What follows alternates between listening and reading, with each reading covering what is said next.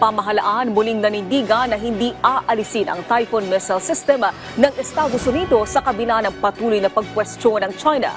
Samantala, pagbabantay ng Philippine Coast Guard laban sa iligal na presensya ng mga barko ng China sa ating teritoryo, pinaigting pa si Patrick De Jesus sa sentro ng balita.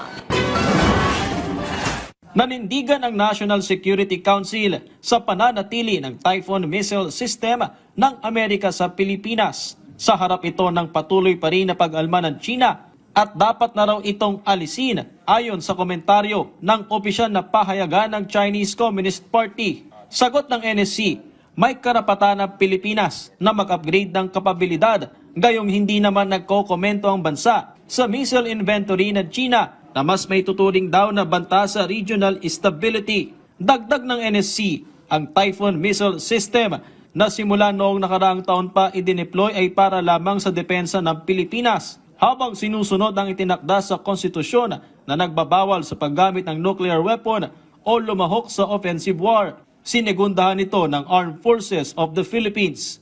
We continue to uphold, sir, our stand on that no particular entity or foreign nation can dictate how we will be fortifying our defenses. So kung ano po yung modern challenges that we're facing, titingnan po natin how we would counter and mitigate po attacks to our sovereignty.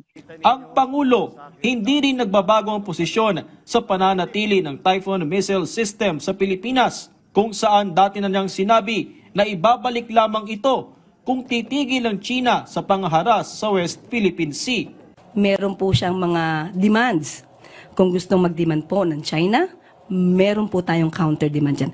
Nakadeploy namang muli ang BRP Teresa Magbanwa sa West Philippine Sea. You do not possess any legal authority to patrol within the Philippines Exclusive Economic Zone. Your illegal activity will be reported to higher authorities. Over. Binabantayan ng barko ng Philippine Coast Guard ang barko ng China Coast Guard na CCG 3301 na nasa hanggang 110 nautical miles mula sa Zambales. Samantala, sa ASEAN Defense Ministers Meeting, binigyang diin ni Defense Secretary Gilberto Teodoro Jr. ang kahalagaan ng pagkakaisa ng lahat ng mga bansang miyembro sa pagtugon sa iba't ibang hamong panseguridad sa rehiyon. Hinikayat ng kalihim ang mga bansa sa ASEAN na palawakin ang joint patrols at pagsasanay, habang nagbabala rin siya laban sa external influence na maaaring makasira sa rehiyon. Sa sideline sama ng ASEAN Defense Ministers Meeting, nakausap ni Teodoro si Malaysian Defense Minister Mohamed Khaled Nordin at kabilang sa natalakay ang territorial dispute ng dalawang bansa na re-resolbahin sa diplomatikong paraan. Patrick De Jesus para sa Pambansang TV sa Bagong Pilipinas.